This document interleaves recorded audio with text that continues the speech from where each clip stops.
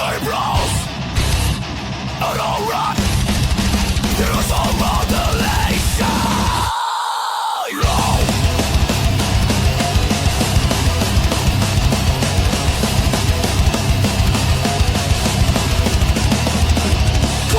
Crack in the backwoods dirt. Nuclear venom soaked in the shirt. Living dead crawl from the toxic pit. Bowel ripping frenzy, bite by bit. Zero budget guards are torn in two. Cannibal swarm devouring you. Rooftop trees in the vertebrae. Beyond suspension trauma. Breathing effects, roll away. Beyond suspension trauma.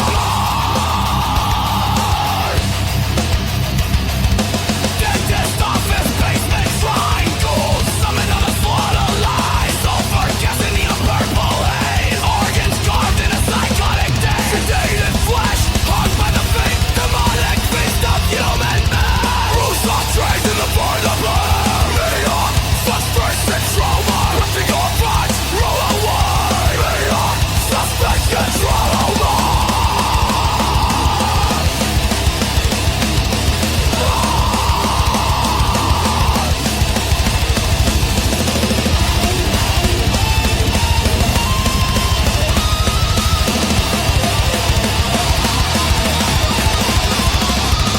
Stormfront brewing, demonic curse. Twisted descending, getting worse. Painted killers drop from the sky. Cranial fury, eye for an eye.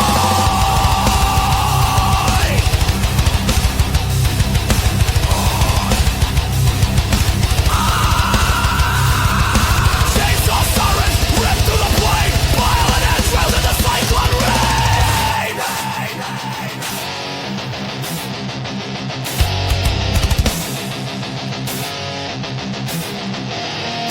Flee the cycle to the werewolf's jaw. Silver woe men what the claws just saw. Locked in the shed, nowhere to run. Torn to shreds before the rising sun. Motion! God flies beneath the past. Self-carnage! Misery tremor! Direct your day! Suspending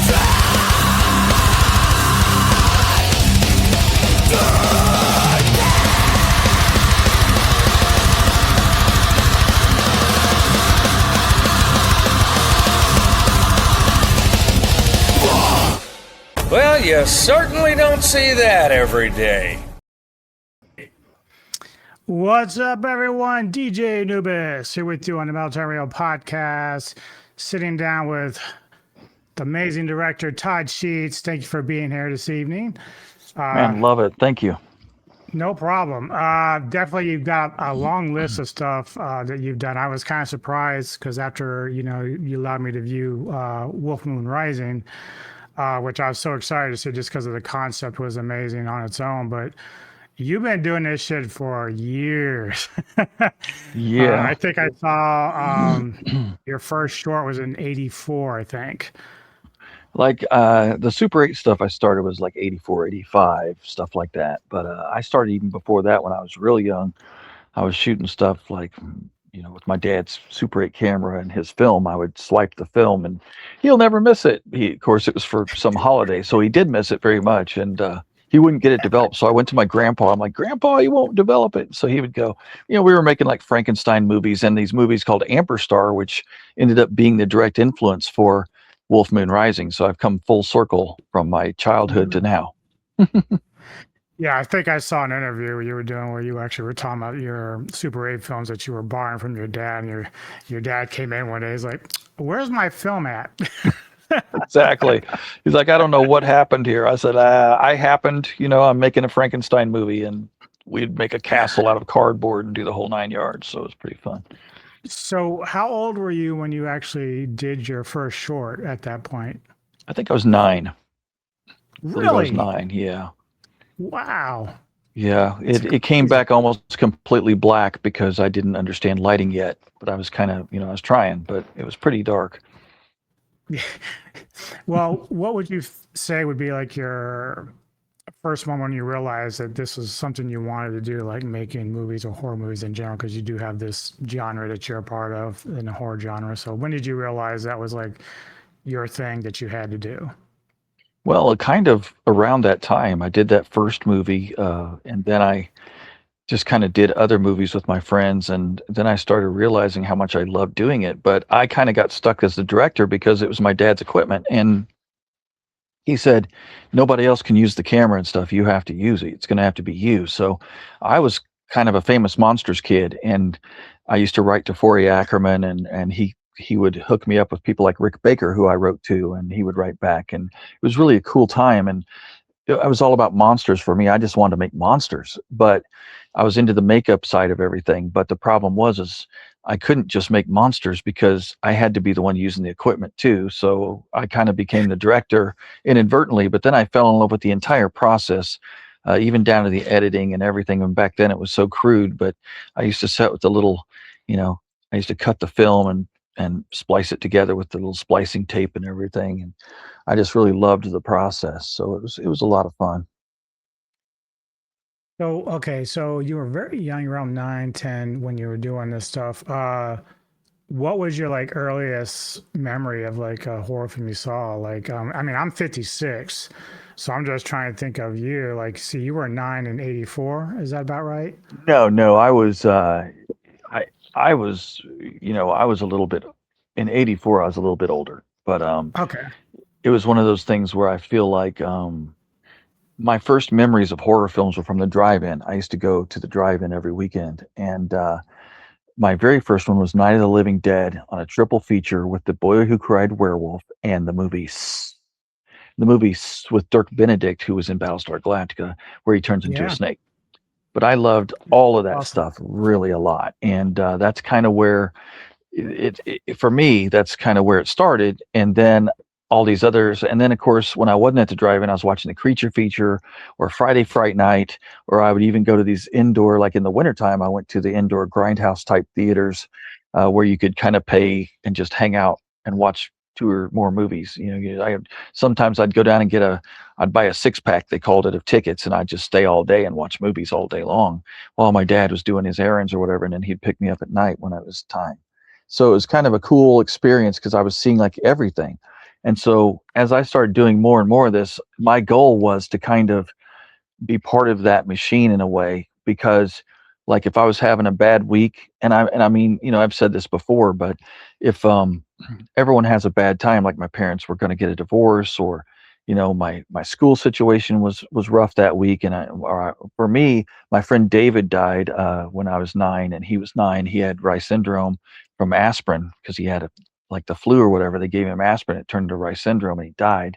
All these things were so difficult and soul crushing in some ways. So I would go to the movie theater and watch movies like Slithis or Phantasm, or any given number of movies, even things like Dr. Black and Mr. Hyde, whatever was playing, Chatterbox, and that would take me out of that feeling for a couple of hours. And especially if I got a six pack, I'd be enjoying it all day.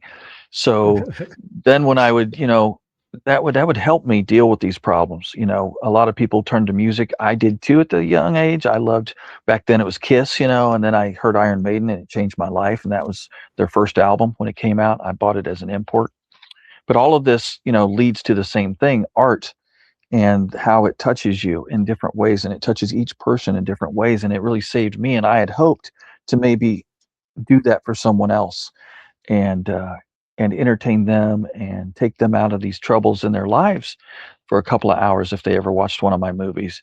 And that was kind of my goal. And so, over the years, I found out that I've actually been doing that. I didn't know around, when I did Zombie Bloodbath, even in '93, which I consider my first real quote unquote movie. I'd already made 9 movies, feature films. But at the same time, I was Yeah. like, well, this is what I consider my first, just because of my attitude toward it and how we got serious, because before it was kind of not serious like that. And it was always cool, but it wasn't like that. That's when everything kind of fell into place for me. And I realized, it wasn't a perfect movie because we did it during, of course, the biggest flood in the Midwest in history. But we had to cut some stuff in and cut stuff out and do all kinds of stuff. But it still was a great experience. And it was the first one I consider my real movie.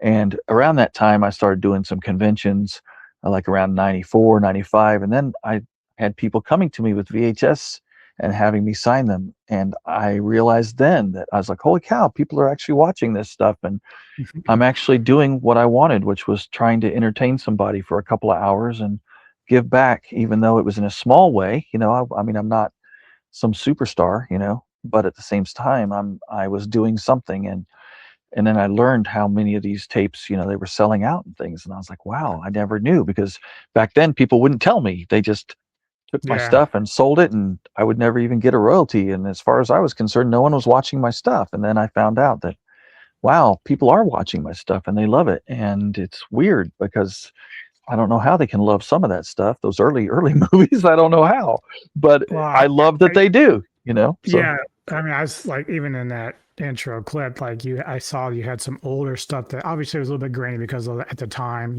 just how film was, but some of that stuff is like heavy in special effects. Like I was really surprised. Like I'm like dying to see some of this shit now because you don't see too much of that anymore, at least on that level. So like, some of the things I have seen have been, but I was like, wow, compared to like what you did with Wolf Moon Rising, some of this stuff is like really heavy.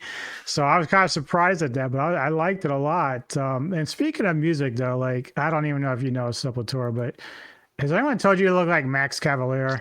I have Right. heard that. Yes, I have heard that. Absolutely. Yeah, I saw some photos like, dude, he looks just like Max. And he looks like a headbanger. So Yeah, I like all kinds of music, but I've always been into metal. Just like I said, because I got started with like Kiss and those guys, and it kind of just goes from there, the progression. Then Iron yeah. Maiden, and it's like, oh my God, then Raven. And then from there, I just kept building and building on different metal bands. And the first two Slayer albums, I got those, and wow, those were pretty amazing and brutal. And Rain and Blood was like my favorite for a long time from them. And then it just kept building from there, all the different, Testament and Same, all the guys. So same. I started I out with loved all stuff that. like obviously classic rock when I was younger during the 70s, but then the 80s popped up and you had Rat and Van Halen and all them. And then towards the end of that, you got Metallica, Obituary, and Napalm Death. Just like I just started falling into heavier and heavier stuff. It just It's never weird too. stopped. Yeah, it is. It is weird. It's like it's kind of a rabbit hole, but it's like, I loved King Diamond back when they first started, and Merciful Fate before that even, and all that stuff leads to something. And without King Diamond, you wouldn't have like half of the dark, heavier, kind of dark, scary, occultish metal, and you wouldn't have any of the guys from Norway, I don't think, if it wasn't for King Diamond. He kind of started the No. whole damn thing, And Yeah, a lot you wouldn't of have King Diamond without Iron Maiden, so. right. Yeah, exactly. Which kind of, I'm thinking about now because my favorite album is them. So Great album. maybe you can contact King and like have him let you do a movie based upon that because that's a great idea for a fucking movie. I actually know King Diamond. We bonded. He had a triple bypass heart attack, and I had a quadruple bypass heart attack around the same time. And Wow. then we did like an interview show together, and we kind of bonded. And he sent me passes to go to shows, and we hit it off. He's a really cool guy, and I really appreciate what he does, and I think he really brings a cool vibe to everything he does. And I personally love all that era that you're talking about. Conspiracy was Yeah. amazing, and them was, I like everything he's ever done. But between those and the Don't Break the Oath album by Merciful Fate, which, my God, can you get much better than that? Oh man, that's creepy. It was Yeah, my great. wife loved King Diamond. She just was so fascinated with him when I first introduced her to him. And I think it was actually the Puppet Master album that I showed her, and when we were doing the little DVD thing that he put along where he's explaining everything, she's like, "Oh my God, he's such an amazing storyteller! Holy shit!" Yes, yeah, he's great. All of those guys are great. Really, that whole era of music where it was so exciting because something new was popping up all the time. You had Satan courting the act, and all the new wave of British heavy metal was so amazing. And I love Saxon and all those guys. And then, then it went full circle because then you had bands like Blind Guardian that were inspired, Mhm. and Sentenced I loved. I hated that they broke up, but Blind Guardian kind of stepped in, and I loved their melodies and how they did the big choirs, and it was all about the Tolkien universe, which was crazy as hell, but I sure enjoyed it a lot, and I love Demon, from back in the day, the Night of the Demons album, and of course don't, the don't break the circle was like, that's kind of what got me, was that song solidified them for me. And then that whole album, The Unexpected Guest, I thought was just phenomenal. And it just keeps rolling, you keep going on and on, because you could find all that stuff back in the day because there's record stores with imports everywhere. And so, Yeah. man, it opened up doorways for me. And that also, like, Don't Break the Circle inspired me to write House of Forbidden Secrets uh, right before my heart attack and during my heart attack. I finished it in the hospital. I had him bring my computer up and I finished that script. I didn't even know if I was going to get out of there. I was in there for 31 days. I had, no daylight. It was horrible. I didn't know if I was ever coming out of that heart attack days. But I said, look, someone can make this movie. I just need to finish the script. And that was Which inspired reminds by, me, Demon. because you obviously you said you grew up during the Crying House era and stuff like that, but in House of Forbidden Secrets, I noticed that Diane Lorne or Thorne was in that from the She Wolf of SS. How did you end up meeting her and getting her on that film? I'd met her years before, and then I was doing a radio show. I had a syndicated radio show that was available in, a bunch of countries. I was even on the BBC, called Night Watch. And so I would call a lot of people I'd known in the industry and bring them on the show. And so I called Diane and I asked her if she would do the interview. She said she'd love to. And then we just kind of hit it off even more. And so I said, look, I'm gonna put you in a movie. It took me about 5 years, but whenever I almost died, I came out of that and I said, okay, I'm going full force. I brought her in and a ton of other amazing people like Lloyd Kaufman and Ari Lehman and George Hardy from Troll 2. Lou Temple was on The Walking Dead at the time, and he was a good friend. He came and saw me right after my surgery here in Kansas City. He flew in, and it was so amazing. And we just hit it off. And so I gave him this really cool part as a priest in that, and he wanted to try out his new accent. So it worked out and it was just fun. And then, of course, one of my favorite people of all time is Alan Kaiser, who was in Night of the Creeps as the Bradster. And so I wrote a part for him because we're really good friends. We bonded over a lot of things, including Iron Maiden. And so I said, hypothetically, if Bradster didn't die, what would he be doing today? And we made him the maintenance guy of this building where all the action takes place. So it really worked out. And he was fantastic. Of course he is. And he and George Hardy had some cool scenes. And my favorite thing was Diane Thorne and Lou Temple had some cool scenes together also. And it was just a cool thing to have Lloyd and everybody and pull this team together to play parts in this movie. So especially my comeback movie, because when I was in the hospital with that heart attack and I went through these surgeries, I like, your life actually does flash. And the things that mattered most to me was my first love, which was making movies. And I hadn't made a movie in a while. So it was time to come back. And so I wanted to come back bigger and better than ever. And the weird thing was I was learning the whole time I was gone. So when I came back, the movies looked completely different. And I had people writing to me saying, hey, man, this looks like a real movie. And I'm like, is that a compliment? I'm really not sure.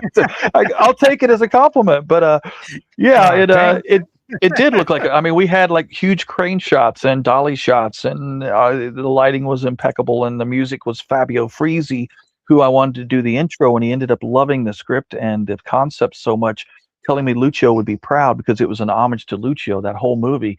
And he said, I'll do the whole movie for that cost. And I said, are you kidding me right now? And it just blew my mind. So between him and Toshi, who was my longtime collaborator from Japan on music, Toshi did a few songs, but Fabio did 2/3 of the soundtrack at least, and turned out to be absolutely a dream come true. The process wasn't the best because I had a really difficult executive producer, but wow, he almost gave me another heart attack, making that. But just the Oh fact that I gosh. was able to pull all these friends of mine who I'd promised for all these years Yeah. to work with, I was able to do it. And then I'd known Linnea Quigley for years, and I was able to pull her in a couple years later to do Bone Hill Road. So everything kind of goes full circle.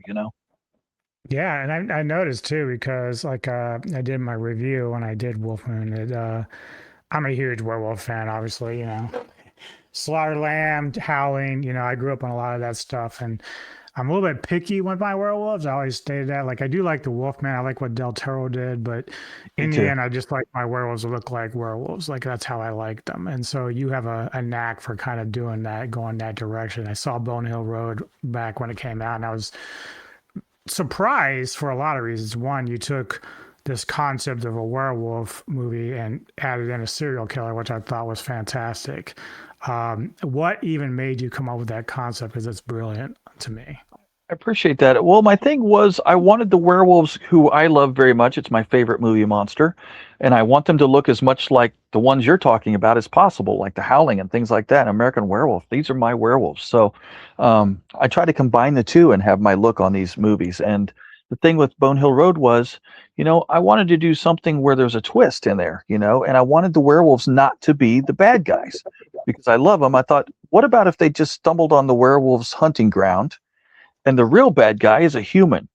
And then I came up with the concept of the twist with the serial killer. Some people got mad at me, yelled at me, and said, it's not even a werewolf movie. I'm like, it certainly is. There's werewolves all through the movie, but there Yeah. is a weird twist halfway through. And that twist turned out to be this guy who really takes pleasure in torturing and killing people. So he is the enemy here. And when he gets his uh, uh, death scene, Compliments. I could call it, comeuppance. To me, that's like a very cool scene in the movie because, and I've had people cheer. We showed it to the drive-in at the Skyline Drive-in, and you could hear people honking and cheering in their cars. It was so great because at that moment, it's a really climactic moment, very intense, and he's getting ready to do some really bad stuff. And all of a sudden, the girls start fighting back, and the werewolf actually ends up helping them out without even realizing, and takes that son of a bitch out. And it turns out to be a really powerful scene. And I think it really held water. I think that's, and it kind of showed the werewolves are indiscriminate. They're just trying to, do their thing and eat some people. Right. They're Yeah. hungry. You're hanging out. So you basically came like associated with the shot on video era. That was kind of like the time period. So what did that mean for you personally during that time? Like, because that was, like you said, growing up in the 70s, it was mainly drive-ins because I used to do that a lot as I was younger. And then the 80s was all about VHS. Like it was just a big thing, going to video stores and renting out stuff. So what did that mean to you personally as a director, at least early on, starting out in that era and like stuff like that? Well, the thing was, I wanted to shoot on film, but by the time you spend money to get it developed, and then on 16, it was even crazier with the lighting. I had a light meter, but man, sometimes even with your light meter, maybe the meter was off, maybe it wasn't working right, or you get this footage back that you spend all this money to do, and it wasn't cheap, and suddenly it's unusable. It was either too bright or too dark, or maybe the sound wasn't right on when you recorded the sound because we do it on a reel to reel. The whole thing was a real pain. All of a sudden, here comes this video stuff, this like 8 millimeter and VHS and stuff, and I'm going, hold on. You mean I can shoot this and look at the footage tonight? And it looked a little soap opera-ish, a little worse than soap opera, really. But at the same time, it was cost effective, and I could still tell stories and make movies with my friends. And I loved the process, like I said. So I moved onto video to try to do it, and different types of video. 3/4 inch was pretty expensive. So then but that was, 3/4 was around, and then VHS came. So I was like, there was VHS, but there wasn't any affordable VHS cameras. So it all kind of started getting easier in that regard, but still editing and everything else was a nightmare. And that's the other thing with film. I mean, how am I going to edit 16 millimeter film? I had to have it all dumped onto 3/4 anyway. So if I was going to lose the element of film, I might as well just go straight to video. So that's what I did.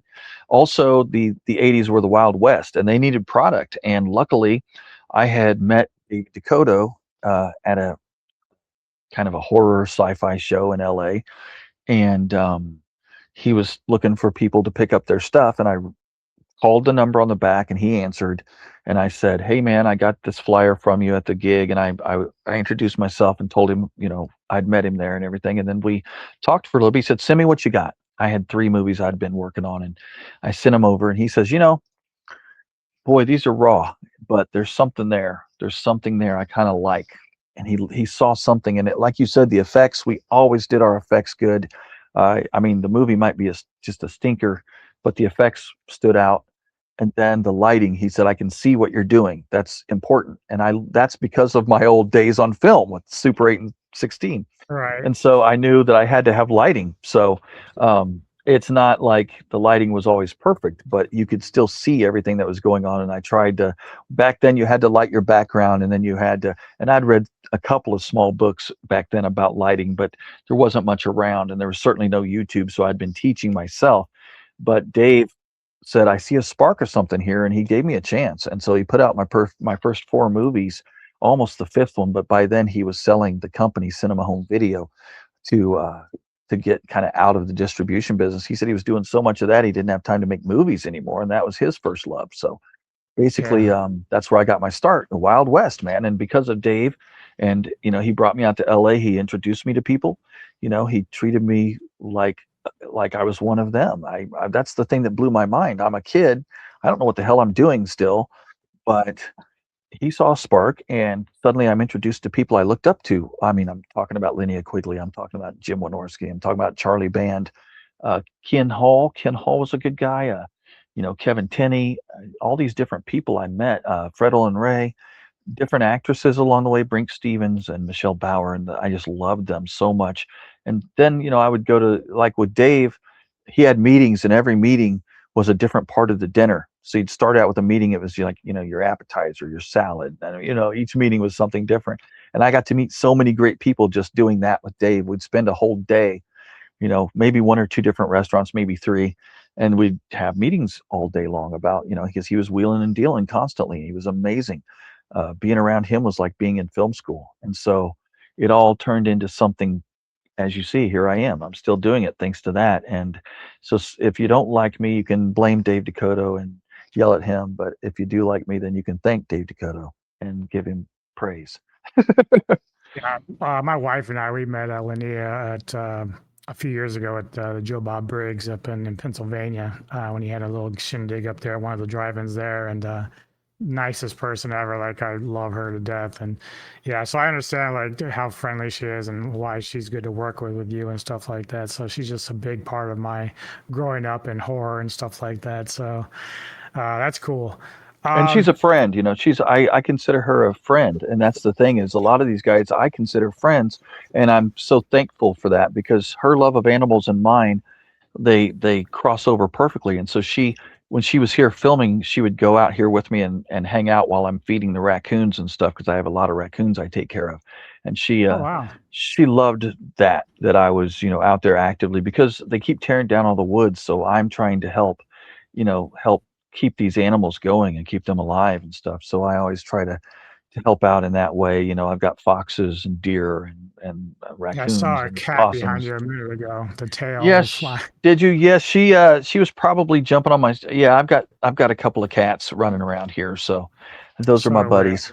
They're being good right now. They're not getting in my face, but that's cool, man. Yeah, we love animals too. We have a couple of rabbits, a couple of cats. I actually have like 27 tarantulas that I take care Wow, of. there you go. Yeah. So I got my own little hobby as well. For you though, like now, obviously you've worked through the 80s and the early parts of that. So you and I talked a little bit about behind the scenes, a little bit about the modern technology. How do you find that has helped you a little bit more in this day and age, or do you think it's not as good as you would like it? Because sometimes I know people are very old school in how they want to approach their way of shooting movies and stuff. Well, I think technology is important, and you have to stay on top of the curve. And the thing I love about new technology is I can do things I never could do before. Like, I'm able to open new doorways creatively, and everything is a tool. I mean, if you're a painter, you get the new, types of paint, you get the new paint brushes, you get all kinds of tools to make your paintings stand out. Same way with sculptors. Everything, all art forms have tools. And I consider it just an advance in the tools that we're using. However, it's a lot better, because back in the day, just editing, sometimes I would be editing between two VCRs without a controller, just with a pause button. And then I would only have, like, I would have to get a flying erase head machine just so it didn't have rainbows in everything. And then I would have to go in, and sometimes they allowed audio dubbing, but it was only one or two tracks. So you would have one track for sound effects that you'd have to almost do on the fly, and then another uh, for music. And so it was really difficult to get everything you needed. And sometimes it suffered for that, because you didn't have enough tracks. But one thing that I love is now when I edit, I have, I can do sound design that is very important to me, and I can do, 80 tracks of sound design if I want to make sure it sounds good. I mean, with Wolf Moon Rising, you watched it, and I mean, I'm really happy with the sound design on that movie. I think it sounds amazing. The music's great, and on top of that, I've got all these great sound effects, and everything's like it's putting me on the same playing field as people who are making shows on cable or shows for streaming or movies out there. Of course, I don't have the budget that Hollywood has, but I'm able, even though I don't have the money, I have the time to make it sound as good as possible. And also, we can do a lot more visually. A lot of people are using AI. I'm not. For Wolf Moon Rising, I utilized a lot of different effects. Most of the effects are practical. Even the spaceships were plastic models, but I'm not able to fly out into space and get footage. So the backgrounds were created with CGI programs, things like Blender, other programs, After Effects, and things like that. We would go in and we were able to do, lightning bolts, laser blasts. The laser blasts were done by hand. I did those by hand in Photoshop. I would turn it into a film strip and I'd go in and actually animate that stuff by hand with the airbrush. And so also, like, there's the transformation scene in the movie, and basically there were 6 plates plus the final, so there were 7 total plates. But how I had to do those was we would do different types of makeup on Dylan, because this was the effect I'm talking about. It was a moving transformation effect. So Dylan would come in, and it took us several weeks to shoot these. And I would go in and I would like do, okay, this is the beginning, this is the middle, this is, we're doing these different makeups. We'd put a little bit more hair, a little bit more hair. And that was like layering the hair on like the old days with spray adhesive. So then I would try, I don't have like the budget to have those mechanical arms that you can program the movement of your camera, and it does the same exact movement every time.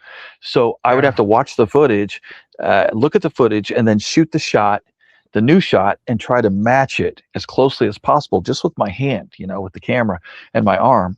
And then it was always the same movement around her, and she would be doing similar movements or even something different toward the end, but my camera movement was the same. And then I would take each one of these into a film strip into Photoshop, and I would take clip number 1, blend it into clip number 2, and blend that into clip number 3 with the airbrush, frame by frame. So you would take the real practical effect, but in order to make her turn into the werewolf the way I wanted to, it was almost like the old Lon Chaney days, where we would take these clips, try to match the movements, and then if it was off a little bit, well, I could fix that in Photoshop. See, I could make it align better, but it's going to be a little bit off since I didn't have a mechanical arm, but it actually worked out, and you watched it, and it seems pretty seamless. I mean, she starts turning into the werewolf right in front of your eyes, and the whole camera's moving the whole time. I mean, it actually kind of worked out.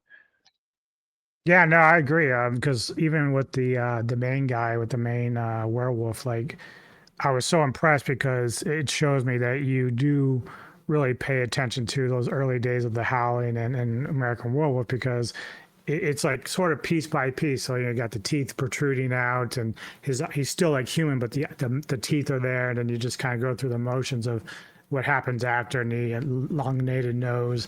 So I mean, I'm glad that you were paying homage to that, because that's very important to me in terms of special effects and the werewolf design. So again, like you said, you might have to try to do different things because of your budgets and stuff like that, but you were able to pull it off like very well. So I was pretty impressed by that. Well, I appreciate it. And I mean, the thing was, Joe Dante himself is in the movie. So you know how much I love The Howling, along with everything Joe Dante has done. It's my favorite, of course, of Joe Dante's movies, but I love all of his work. But he was in the movie. He has a cameo in there. He plays the captain of the ship where all the werewolf stuff starts. So it kind of goes full circle, because, and I'm also, I love John Landis. I've had the pleasure of watching movies even with John Landis at the New Beverly. Back when Sage was around, Sage Stallone, we went up there, and John Landis came in, and I got to hang out with him, and got to know Bill Lustig that way. But John Landis, American Werewolf in London, is one of the greats, because it's funny, but it's also terrifying. And Yes. I saw both of those the same summer. May, I believe, was The Howling, and then August 21st, 1981 was American Werewolf in London. It was a night of a full moon. I saw it at a midnight screening, and it was it blew my mind, both of those movies. And then of course we had The Beast Within with Paul Clemens and all these great, the Oh, cat nice. people, all of That's those. funny because you said you saw it at midnight. I'm like thinking, the first thing I'm thinking was like the theater scene. I'm like, are we safe in here? Like, Exactly. I loved it. It was so everything. Those were the wild days too. We had The Thing all in a year or two. We had these amazing uh, movies that all came out, and it yeah, was like that was so influential on me that that's why I absolutely wanted to make sure all the gore effects are practical and all the stuff we've got going on. And then if we have to augment the space scenes with CGI, make some planets and stuff, of course, I'll use that because once again, I don't love CGI in horror movies, but it is a tool. And when you're making a yes, sci-fi horror movie, I mean, nowadays, that's especially on a budget. What am I supposed to do? I can't call ILM and say, "Hey guys, can we do some old school models? Let's do some Star Wars stuff here." I mean, they're not going to work with me. I don't have any money. So, yeah, we did the best we could with our spaceship models. I got a bunch of Star Wars, Star Trek, and even a Space 1999 model. Took them all to pieces and put all those into the models that you see in the movie. So, I mean, we used a lot of cool technology, old school. I even did matte paintings, but of course nowadays instead of a piece of glass and actual paint, I went into Photoshop and created the plates with airbrushing, but I still did all that myself, and it did feel like old school because I may not have the piece of glass, but it was the same basic philosophy. I was still creating a matte painting, so you saw the people walking along, and then there was like other stuff around them that was part of this whole environment I created. So it was pretty fun. yeah, yeah. I And I agree. want to Like, I think. mention also, I Go ahead. really want to mention before I go any further on that I really want to thank Rob Housechild and Wild Eye Releasing because they believed in my vision, and not once did they think I couldn't do this. I mean, even me, and even some of my cast and crew who I work with all the time, we were going, "How the hell are we going to pull this off?" I mean, you saw I have a whole black hole scene. How the hell am I going to do this? I've never done anything like it, but just trial and error. And I would watch it, I would edit it, and I go, you know what? I need a shot of this. Let's go get a shot of just this one scene where the camera kind of spins this way and we get a reaction shot just to amp up the intensity. So I was able to pull it off, but really thanks to Rob because he was the one who facilitated this, who gave me the budget, and who said, "I believe you can do this." And so I really wanted to thank him for that because Wolf Moon Rising is my most ambitious of all my movies, I think. And I think we actually ended up making it work. So I really appreciate him. Yeah, that's the thing. Like, so obviously, growing up loving a lot of those early werewolf movies, there's a dozen of them out there, even more. But what I can appreciate with you is you come into it like I haven't seen Moonchild, but I've seen obviously Bone Hill Road and of course Wolf Moon Rising, and they both have very interesting concepts. So I like the fact that you're thinking outside the box when you're trying to bring a werewolf film, which do me a favor, just keep bringing werewolves. You'll make me happy because I've got one I more can't for do it. sure. Yeah. But the whole concept of the werewolves in space was perfect. I like the tagline, in space there's always a full moon. So I just love that. Like that's perfect. But as a director, like how do you approach the idea? So you get your idea in your head. Do you write the script first, or do you try to think of what you want to do? Do you think of music first? Like, how do you go about in brainstorming what you're going to do to make a film like this? Well, the weird thing is for me, my process is in my head, I close my eyes and I see a giant drive-in screen. Okay. And then my idea starts playing on that screen. And I have a basic outline. Sometimes I veer off of that outline right away, sometimes halfway through, whatever, because when I'm watching this movie in my head on this drive-in screen and I'm writing it, um, I'm actually sometimes letting that take me where it wants to take me because a movie, sometimes if you're sticking to your guns on this outline, maybe you might think of something in that frame of mind, like you're watching it at the drive-in that is going to take you in a whole different direction. So I learned just like with storyboards, I used to draw storyboards constantly. And then I was like, why am I doing this? Every time I get to the set, it never matches my storyboards and I have to redo everything anyway. So now I do the drive-in thing. And then my job on the set is to match on that set as close as possible what's on that screen in my head.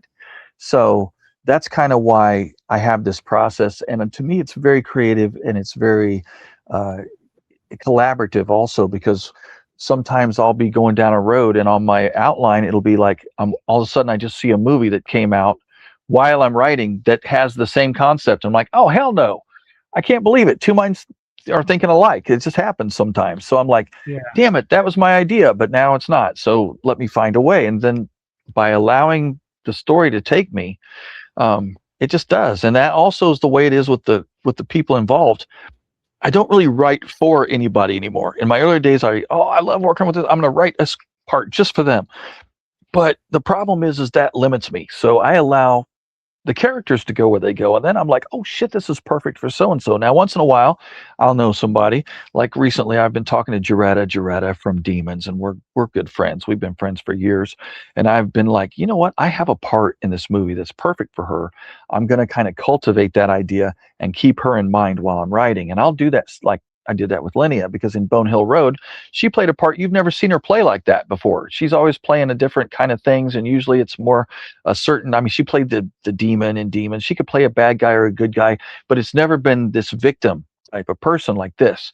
And that was, I think, she did beautifully in it, because she had to show real, we talked about it, because I was like, I really want her to show vulnerability that she normally doesn't show in these kind of movies, and give her an extra layer of depth. And man, did she do amazing in that, because people don't write those kind of parts that often. And I just kind of knew, I think she could do this. So yeah, at that point I had her in mind as I went through that, but it's not always that way. I try to let the story take me where it takes me, and I try to surprise myself. That's why in Final Caller, there's like 3 different twists, and everyone goes, I love the twists in that movie.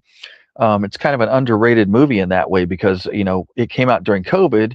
During that time, people weren't buying as many movies. They didn't have any money, and so a lot of people maybe didn't even know that was out, and suddenly it's kind of getting noticed again, and people are like, yeah man, this Final Caller movie, that was amazing. It was some of the goriest stuff we ever did. The goriest movie I ever made was Dreaming Purple Neon, but this was also up there, pretty gory, really brutal. I've never done a serial killer thing except for when I did The Killer in Bone Hill Road and this movie, Final Caller. And he's not even really a serial killer. He's a cult leader who thinks he's got to do this stuff so he can, bring about whatever into the world bullshit he's trying to do. You'll have to, well, I don't want to give it away. That's why I'm kind of trying to be vague. But there you go. I love the lighting. I noticed also that, like, again, I've seen this guy. He's in your Wolf Moon Rising, right? This is the same guy. Yep. Yeah. So That's Doc. Yeah. Just like a lot of the other independent directors I've talked, even in Hollywood, they do the same thing. They get familiar with certain actors and actresses, and they like to call them back, which is kind of cool. So that's cool that you're able to kind of build these relationships and friendships with these people that you work with, and they can keep coming back and doing stuff with you. So. Well, it's also a challenge, because it's a shorthand. We get a shorthand together, and then I'm able to direct them, and I also challenge them. I'm like, okay, you played this part and you did good, but can you do this villain, or can you do this kind of part? And so I give them different parts always to try to give them a new arena to play in, because as an actor, I think you want to stretch your muscles. And as a director, like for every movie I make, I try to give it a different kind of style. So like Bone Hill Road is handheld, and we went through and we shot it very grainy on handheld equipment and tried to make it kind of documentary kind of feeling. But it still has a little bit of something, because you can kind of tell it's my movie, because I have my own built-in style, which I don't even know how, but I've developed over the years. And so people say, yeah, we could tell it was your movie, but it's completely different. Like Clownado is kind of more like a living cartoon. And so we, as I go through these, like I said, House of Forbidden Secrets is our, Fulci homage. And so everything's kind of, I try to make each movie different stylistically. And that's one thing that I think is fun in this kind of an arena, is to just push yourself and then do the same thing with the actors. Let's put them in parts that aren't comfortable and see how they do, and push themselves creatively and challenge them. And we paint a better picture that way, and we collaborate in a way that really brings the characters to life. So, like, speaking of Clownado, like, I'm assuming that was for the playoff Sharknado at some point. Actually, it was weird how that happened. My buddy Daryl came up with that title while we were working together, and he looked over at me, and we were talking about my latest movie, and he says, "Man, you ought to make Wolfnado. I know you love werewolves. Just combine them." And I said, that would be fun. And then he goes, "Or better yet, Clownado." And I said, "How the hell I said, I couldn't even imagine making a movie called Clownado. And then I said, but you know what? I bet you I can. So I came up with the script, and we took it from there, and I took his idea of the title and blew it up into what it became. And I kind of wanted to try this stylistically a bunch of different things, make it very cartoonish and goofy and fun, and also way over the top with the gore and everything. And I was like, well, it was difficult because we didn't have near the money we needed for something like that. I had to teach myself how to make tornadoes in these 3D programs and stuff. Again, there was no AI even around back then. So, but it was Right. like I was trying to do, I had to teach myself some CGI tricks and all kinds of stuff. But yeah, it was a challenge, and so I took it. And for better or worse, some people absolutely love that movie, and some people loathe that movie. But it was on Entertainment Tonight. They did a story about it, which they said it was the crazy movie title of the week, and they did a story about it. It became viral, went huge, did a whole spread in Japan in a couple of the shows there, and the Japanese seemed to love it, and it just took off. And I was like, wow, this is great. People love it. Um, so I'm proud of, even this last weekend I was at the Crypticon convention, and people were coming up saying, "Oh, it's my favorite movie you ever made." And I'm going, "Really? Wow." A lot of times I hear that about Dreaming Purple Neon because they haven't seen this new one yet. It's been in theaters Yeah. and doing the film festivals, but it hasn't been on physical media yet. That comes in the fall.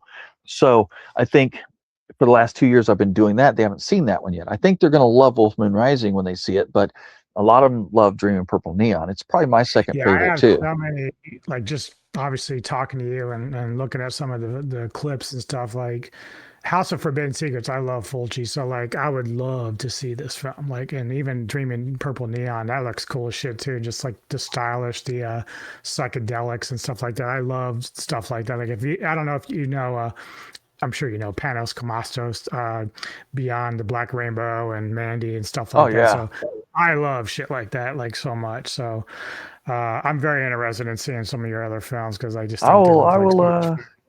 I'll have to get you a couple of links for those two, because I think you'll really, and stylistically they're so different, but at the same time there's a through. It's like I said, it's you see my style in there, but they're very different.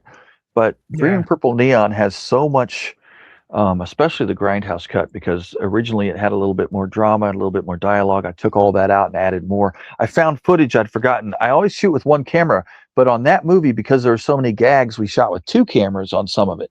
So I was yeah. like, oh shit, I forgot that footage. So we ended up putting that in, taking out some of the drama, and really, I mean, that is the most over the top, one of the bloodiest movies I think it's been made in years. I mean, it's up there. It's not quite Dead Alive, but it's real close to that Oh level of wow, gore. Yeah. So, and there's wow. stuff in there you'll be like, he's not going to do that, and then of course I do.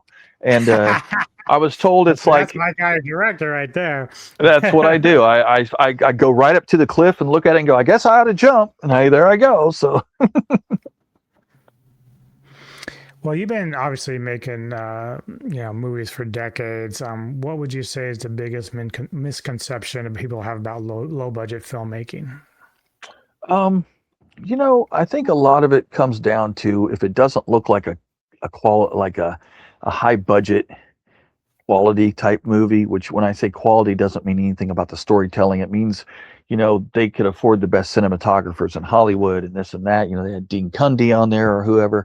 And even like a lot of the work of Fred Olen Ray, Jim Wynorski, Dave Dakota, those guys, I feel like those guys had great cinematographers to work with, Gary Graver and people like that.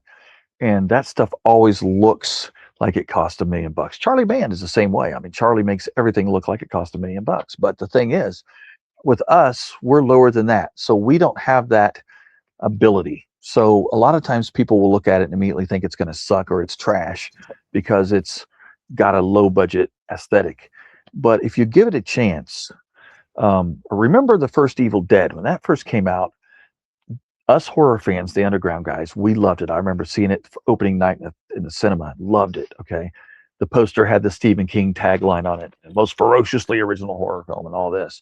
Hmm. A lot of people wouldn't even give it a chance because it was grainy and looked crazy.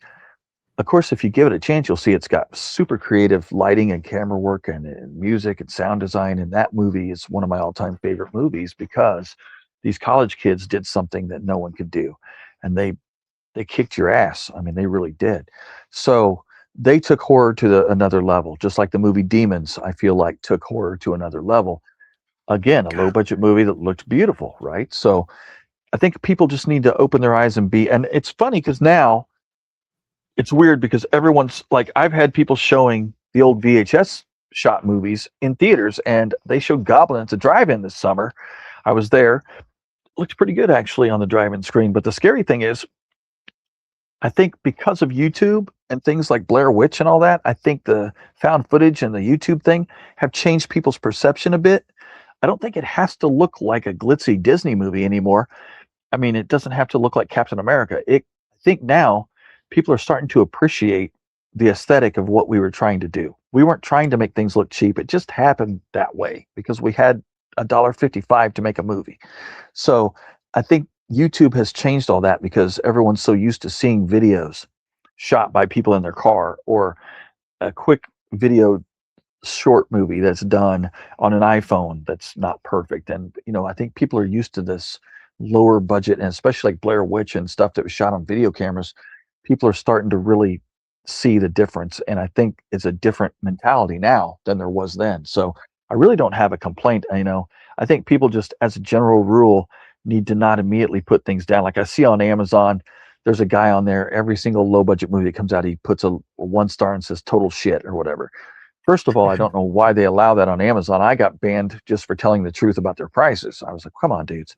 But this guy does this every single micro budget movie. But I'm like, those guys, aside from a few like that, I think people are more forgiving for micro budget movies now. And also with the equipment, I mean, we got 4K cameras here. Now I've got a big Sony camera. I like the old school. I want to feel that camera. It's heavy. It's big. I know a lot of people shoot with tiny cameras, or they shoot on a cell phone, and that's fine. If it gets an image and it looks good, go for it.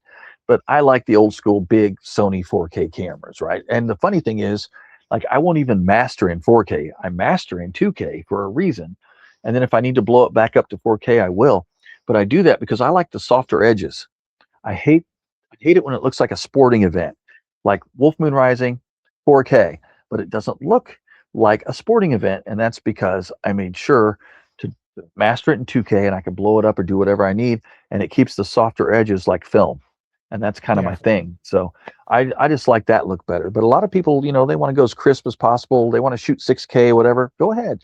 But I don't know. To me, The sometimes they doing that in film just kind of like sometimes seeing too much detail kind of ruins it for me. That's why I kind of like the old grindhouse looking stuff. Like if you remember the films that Quentin did in the 2007 with Grindhouse, and that I love that aesthetic and appeal on how they did those films, because it looks just like you would see it on a drive-in screen. So I love I those. can Yeah. appreciate, I can appreciate that you like keeping it kind of like down to a certain level, like where it's not super crisp, because then you just see all the flaws. Like it's like, yeah, you can see everything, but you can really see everything. I'd rather Well, just kind of have it where my imagination runs a little bit with it. I think people are misunderstanding anyway, because the human eye can't even see 6K, and there's no format that even can show 6K really, and you can go 8K or whatever. But my God, man, even in the theaters, what are they doing now? Like 4.5, 4.2, something like that. I mean, that's just how it is. The Disney movies, a lot of those Marvel movies were shot 2K or 2.5. That's how they were mastered, and then they blew them up for the 4K releases. They actually, expanded them that way. But it's like I'm going, all right, it's good to shoot in 8K if you like it, and the reason it's good is because that way, if maybe you want to crop something out or zoom in a little bit, you don't lose resolution, right? And you can master in 4K, and then you don't lose anything. But I think it's too sharp. It looks soap opera like. It's very, the 60 frames per second is just too smooth for me. I want it to look like a movie. I don't want it to look like I'm watching some guy running down the football field, or, watching a soap opera with, from the 70s or 80s. I want it to look like a movie as much as possible. That was my only complaint. And we used to take the Super VHS stuff or the High 8 stuff, and we would film look it. We would send it to a company that did film looking out of Los Angeles, and it would look like film better.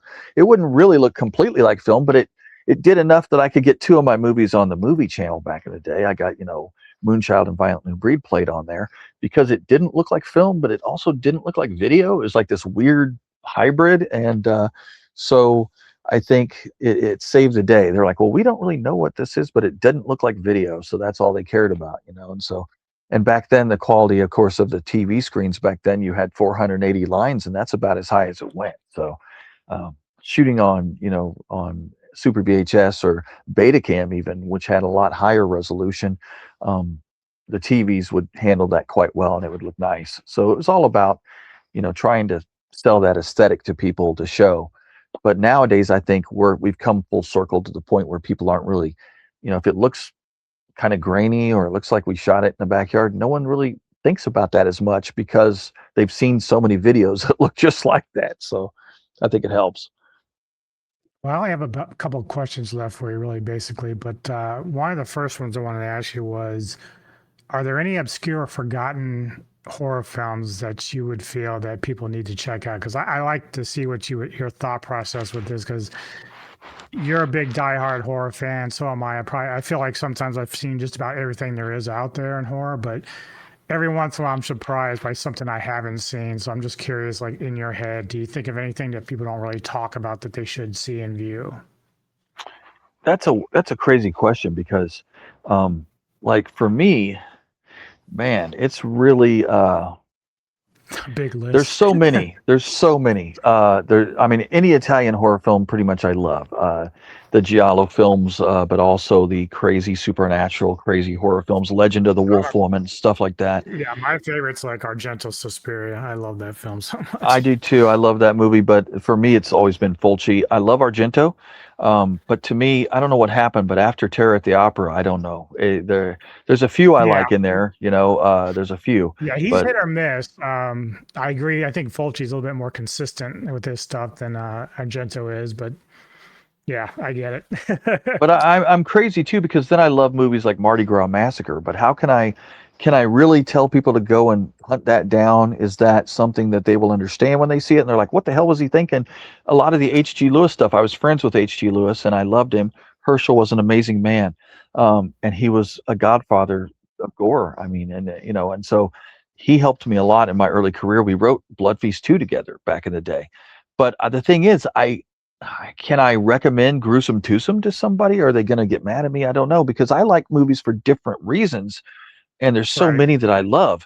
Of course, Slithis. I love that kind of stuff. That's kind of a forgotten classic. The Beast Within. People don't really talk about that as much. Now, there's not as many obscure because with the internet, there's more stuff out there. But at the same Correct. time, there's still some that, like Cannibal Girls, or Cannibal Apocalypse, I love with John Saxon and Johnny Morgan, man. That's an Italian one that's just crazy off the walls.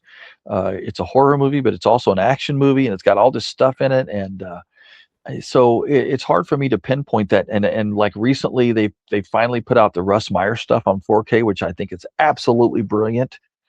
It's exploitation, but it's done in a creative ass way. I mean, the way he got a rhythm going with his editing, the shots he did. It's like watching a living cartoon. It's so wild, some of the stuff he pulls off in those movies. So, and some of those borderline horror also. It's kind of weird. And I love film noir movies. I mean, those are even kind of, if it wasn't for film noir, I don't think like Halloween wouldn't look like it looks. It's Right. like Yeah. so amazing. The book Painting with Light by John Alton, it'll save your life if you're wanting to learn lighting because he's the man who almost single-handedly created the noir look, which carries over into horror. And there's so many obscure, amazing horror movies that it's hard for me to pinpoint just one or two. I mean, if I even turn my camera like this and show you like, hey, there's a bunch here and there's a bunch there, and there's so many like pieces, so to some people that's obscure. Or the movie Black Candles. Right. There's so many obscure movies just right here that, Yeah. The Kindred and Extro, and they're just all, it's like people go, I've never heard of that movie. But for me, it's not obscure because I saw all these things at the Grindhouse back in the day. So, or I saw them at the drive-in. So there's a lot of them. I can just tell you that, there's so many. Eerie Midnight Horror Show is one of my favorites. It's crazy fun. It's also kind of out there. It's absurd. It's ridiculous. That's one. Legend of the Wolf Woman, as I said, is interesting because is it a psychological movie? Is she really a werewolf? Is she nuts? What's going on here? It was kind of ahead of its time in that way. Um, some of the obscure ones I loved growing up, people know too much about now because they've kind of become mainstream. Some of the crazy movies. Cheesy stuff like The Boy Who Cried Werewolf. I absolutely love that. And there's just a whole list, but the Return of the Aliens, Deadly Spawn. What a cool movie, right? That one, uh, that was great. But now a movie like Romano Scavolini's Nightmare, that's now everyone knows what that movie is. But that was a obscure movie for a while. The movie Trick or Treat, not Trick or Treats, but the movie Trick or Treat, about the little boy who's kind of a horror fan. He's always playing practical jokes on his babysitter, and then this serial killer gets out, and I think it's his, maybe, I don't know if it's his father or who it is, but I can't remember. It's been so long, but that one's pretty fun. There's a movie called Identity with John Cusack, and it's kind of slipped under the radar. It's a newer movie, but it's really so well made, man. So well made. That's a crazy movie. It's a horror film because some really crazy shit happens in that movie. But wow, movies like Bad Taste, that used to be obscure, but everyone knows now. It's like, oh, Peter Jackson, yeah, I like that movie. Yeah. But I'm like, well, damn, that used to be one of the obscure ones that I, always talked about. But yeah, so it's hard to pinpoint an actual obscure. I'm throwing out some titles here to kind of help out, but there's a lot of them. There's a movie called Reeker. They have two of those that came out in recent years about this crazy monster that I think he's made of shit. It's crazy because he stinks. But that movie's really well made. You know what I mean? It's like really cool the way they made Reeker. I thought, wow, that's kind of a neat concept. It's gross and all this, but Slithis is so good because it's like Creature from the Black Lagoon brought into the new day. But I can't mention Humanoids from the Deep and stuff because that's all become, it's everywhere. It's on Shudder. A lot of these obscure movies are. If you're big into Gallo stuff, like I don't know if you've seen it. I forget who the directors are, but it's from 2013. It's called The Strange Color of Your Body's Tears. I've seen that. Yeah. Yes, so cool. It's so cool. And it's a big throwback to a lot of the Gallo stuff in the day. So love the way the stylized version of that. But not many people talk about it, so I always try to throw it out there. It's a good one. Yeah, and it is good. They've done a few. The people who made that have done a few Giallos type movies, and they always have cool style, and the lighting is there, and it kind of does feel like you're thrown back. It feels like you step back in time when you watch those, which is kind of, in a way, kind of what we do too. We try to make movies with passion and with heart, but I am a product of where I came from, and I came from the drive-in, and I came from the grindhouses, and that's my aesthetic. That's what I love. You'll catch me watching Chatterbox. You'll catch me watching movies like Pets or Chained Heat, Savage Streets, those kind of movies. That's, I love those. And then I'll end up watching a lot of horror movies from there, like Dr. Butcher, MD, and all those. I'm a drive-in kid. I love that stuff. So that takes my heart. And so my movies, of course, reflect a lot of that same feeling and aesthetic because I don't do it on purpose. It's just kind of in my blood. You know what I mean? It's just kind of in there. Well, yeah, you have your vision of what you want it to look like. And again, I do the same thing. Like even now, if I was a director or whatever, even if I was a musician, I would still be trying to somewhat emulate what I grew up on because that's what I really love and was passionate about. So my next question for you is there any particular film in your catalog that you would say is your purest form of Todd Sheets, like the one that represents you the best?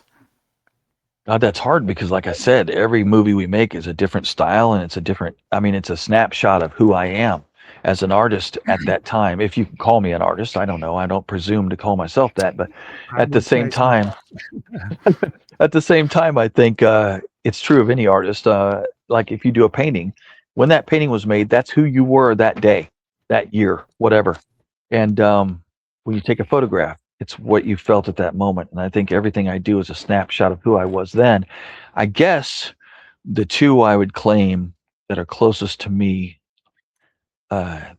let's say three in my heart, the old school days.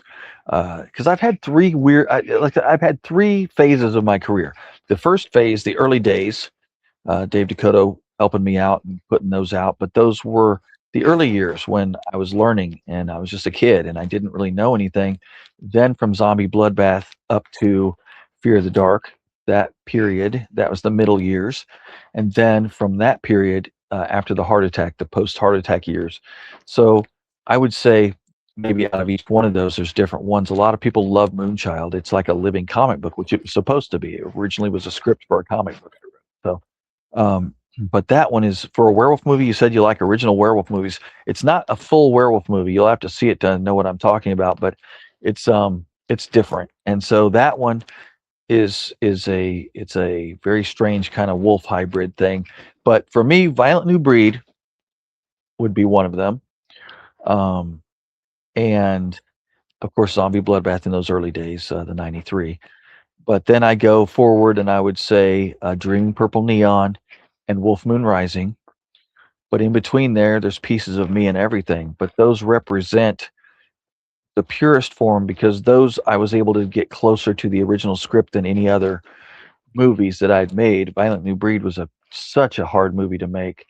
We were making that in 95, like I said, and we had 4 or 5 different makeup departments, people coming in town, blowing cars up, setting people on fire, creating creatures that you would only see in your nightmares. So yeah, that one's the old school kind of, that was my epic of the old school. And Zombie Bloodbath is right in there too, because for gore, we kind of pushed the envelope on everything and did a lot of cool gags.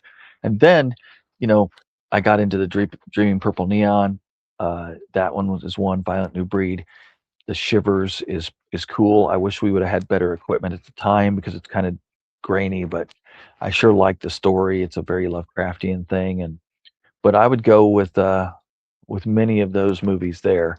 And then, of course, Wolf Moon Rising, which, like I said, it's taken me back to my childhood because we're making a movie about Amber Star, which we used to shoot. Amber Star was kind of a Star Wars, Star Trek hybrid that we did as kids with models and crazy stuff. Like I would create these backgrounds with black construction paper that we would turn on handles, that we used old rolling pins.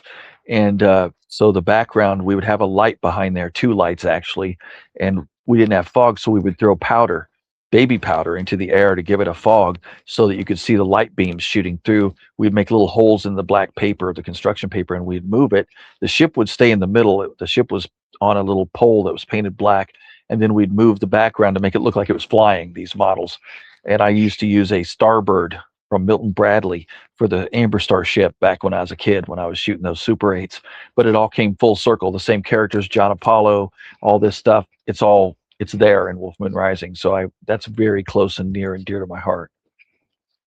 Well, you did an amazing job on that film, sir, and I'm looking forward Thank to you. checking out more of your material going forward. Like you said, I do this show called Ghouls at Midnight, so I wouldn't be surprised if some of your selections become part of my picks going forward. I appreciate that. I'll be sending you. Yeah. Yeah. So the last question I have basically is, what can people expect from Todd Sheets going forward? What do you have planned next? Well, that's a good question. I've got a few scripts I'm working on. I have like 3 different ones that I'm trying to do, and I'm excited about that. And you have to forgive me. I'm walking around because I'm going to put my phone on a charger. You're good. The scripts are kind of in development because I'm writing them right now, whichever one gets done first. But I've got some really cool concepts. One of them is kind of a Humanoids from the Deep monster movie, takes place in a cave. Another is kind of a Frankenstein type movie it's kind of more modern, but it's got a lot of fun. It's kind of a horror comedy with a lot of blood. That's another one. And then I have one called The Ballad of Marshall Stack, which I've been trying to film for years. And that one's just simply amazing too. And that one's got that one in the gore department. It's really crazy. And that's what's going on too. So there's a lot of crazy ideas, and whichever one gets done first, that's going to be my next movie. So there you go. Awesome. Well, thank you, sir, for joining me. I appreciate your time, of course. Glad we could hook up and do this. You're an amazing director. Thank you so much for letting me view Wolf Moon Rising. So fun. Again, thank you so much for your time, sir. Thank you for being here. I want to thank you, man, because this is the truth. And I've said this before on these kind of shows, and I mean it. You guys are the pulse of this, because without you, everything we do, it doesn't matter. But the fact is, it matters to us, yes, but you're helping get the word out. because of you and because of the shows like yours, people are becoming aware of our work, and they're going to know. Maybe they've never heard of Wolf Moon Rising, but now they have because of you. You're a very important part of this whole equation and what you guys do. You matter. You matter very much. You matter more to me than a lot of these. You kind of remind me of the zines when I first started out in like the 80s, the late 80s, early Yeah. 90s. There was a lot of these horror zines, and those guys would write about guys like me. And even the magazines like Draculina, Hugh Gallagher used to publish Draculina magazine. And that was amazing to me because it got our faces out there. It let people know we were alive and what we were doing and what we were creating. And you guys are doing that now. And so you're an important part of the whole machine here. And without you guys, it would really suck in a lot of ways, because you guys give us a lot of love, and we appreciate. I know I do, and I know my team. Speaking for my whole crew in Extreme Entertainment, we absolutely admire what you do, and thank you for your efforts and for caring about us and about our work, because the whole reason we do this, like I said earlier, is to entertain people and to take away shitty times. Just let people forget about bad shit for a couple of hours and just have a good time. And that's why I'm here. And to this day, I've never taken a salary for any movie I've done. It just doesn't happen, because if I have to take money or for myself or buy a monster suit, let me tell you, people don't care how much I made on that movie. People care that they were entertained and that they loved the monster, or that it was fun, or they care about the gore effects. They don't care about. They also don't care if we had a bad day that day, or if we stubbed our toe, or if our Aunt Gertrude was in the hospital. What they care about is, were they entertained? So that's why we pour 100%, and I do, every single movie, because my goal is to entertain, and you guys make sure that everyone knows that. And so thank you for all of the support, and I will definitely send you over some links and let you watch some of this other crazy shit. I appreciate that, man. And you're right. Like, I do have a passion as a fan for horror and, of course, music. That's why I have my channel and all this. And I actually had the opportunity for the first time ever, to be a cameo on another independent horror film recently. So I took my chops. I don't really act at all, but I had fun just doing it, because that's part of the fun. I didn't take any compensation. I just said, hey, if you need an extra, I'll be there. And you put me in, so I was really happy about that. But you are great, man, and I look forward to checking out more of your stuff. Just keep up the hard work, man, and stay healthy, and I hope the best for you, man, going forward, really. Thank you so much, man. I can't wait to hear what you think of the news, all the other stuff I send you. It'll be fun. All right, man. Well, I'll let you go. And for the rest of you who end up watching this, let us know in the comments. Have you checked out Todd's movies? Let us know how you feel. And just give him praise, man. This guy deserves it. He's put a lot of hard work in over the years for our entertainment purposes. So, as I would say, see you later and enjoy the rest of your night. Thank you. Before you